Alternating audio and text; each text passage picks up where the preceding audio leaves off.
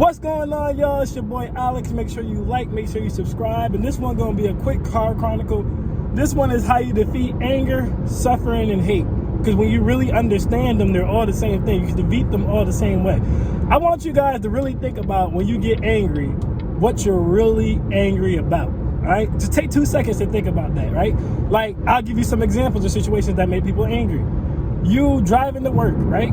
You got 10 minutes to get there. You're 5 minutes away, but you get stuck in traffic. Now you're stuck and you can't move and you realize you're gonna be late. What happens? You get angry. Okay, let's say you're in a relationship and someone doesn't ever call and check on you and you get upset, or you feel like you want someone to go somewhere or take you somewhere or give you some more sex or whatever the case may be. You get upset. You in school and you in a group project and the person who you're on a team with, they're not doing as much work as you or as the rest of you. You get angry, you get upset.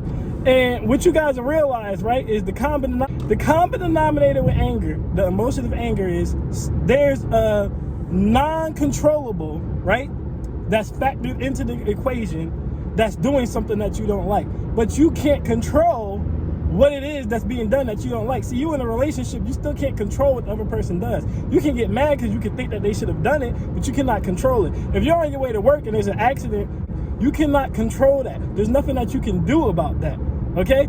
And if someone's saying something about you don't like, you can't control that. There's nothing you can do about that. And that's what causes the anger.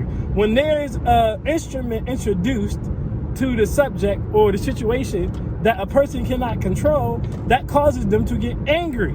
Okay? And that's what it's all about. Anger is a control issue. Now, the easiest way to defeat that is to learn to let go, guys.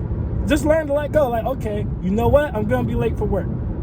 It is what it is. Listen, if you are on your final warning at work, right, for being late, what the hell you going to do? It's a traffic jam. There's nothing you can do about it. You have to wait. So if they're going to fire you, they're going to fire you. You're just going to have to get a new. If you're in a relationship and your partner's not acting in a certain way or treating you in a certain way or whatever the case may be, you can't control what they do. The best thing you can do is say something to them about it, but if they decide to still do it, all you can do is move on. Like I tell you guys all the time, your power is to walk away. That's all you can do. You know, if somebody's saying something that you don't like, you can remove yourself from the situation or something like that. But what usually happens is, because people don't learn how to properly deal with anger, is we deal with anger a lot of the times the way we dealt with it as a kid, which is we either throw a tantrum or we try to hit someone or something. And then that's when you get into assault. That's when you get into domestic violence. That's when you get into arguments. That's when you possibly get shot or you possibly get killed, because now you're letting your inability to control the situation burst out in an angry rage. Okay, now if you look at suffering, you guys might say, well, what does anger have to do with suffering? Well, that's simple too. Suffering is nothing but prolonged anger, guys. That's all suffering is. Again, you stay in a relationship where you feel like you aren't getting treated properly. Okay, you stay at a job where you feel like, even though you're the best employee there, you're not getting treated right.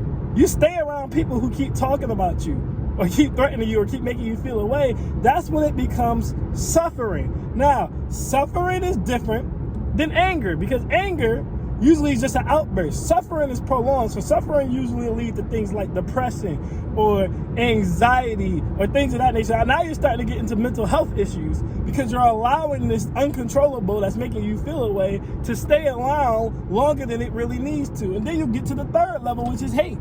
Okay? Hate is terrible, because now hate comes from when you feel like you can't do anything about that suffering. Like, let's say the thing that's causing you suffering is your mom, or again, the thing that's causing you suffering is a job, or the thing that's causing you suffering is your wife or your husband. So hate becomes when you feel like you can't escape the thing that's causing you anger.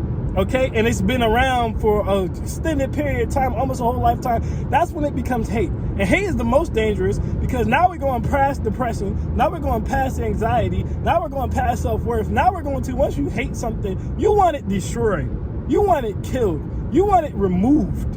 You loathe the existence of whatever it is that you hate. Okay, now we're talking about possible murder. Every level up is what I'm trying to explain to you guys, is it just goes higher, but it all goes back to the thing that causes anger is a situation that you cannot control, or action that you cannot control. So to end suffering, to end hate, is just to control anger. And to control anger is to realize, hey man, if somebody's doing something or something happens that's out of my control and it's making me feel away, the best thing I can do is let it go and remove myself from the situation. But like I said, most of us, we handle it like kids. When, as a kid, you throw a tantrum or you fight or you hit or something like that. You hit something or someone. But as an adult, you go to jail for these things. As an adult, it can ruin your life to handle things that way. Okay, so how you defeat anger, how you move past suffering, how you stop from hating people, places, or things is just to learn to let go of what you cannot control. I know I'm making it sound super simple, but like I tell you guys, life really is simple. You just gotta keep things simple. Don't overcomplicate things. I tell people all the time, control your controllables. Everything in life is not a controllable. Okay, so learn to let go, learn to move on, just remove yourself from toxic people, places, or things. Stop trying to change them, stop trying to fight them, and just remove yourself from them. And that's the best way to deal with anger, suffering, and hate. I'm Alex, and I'm out. Peace.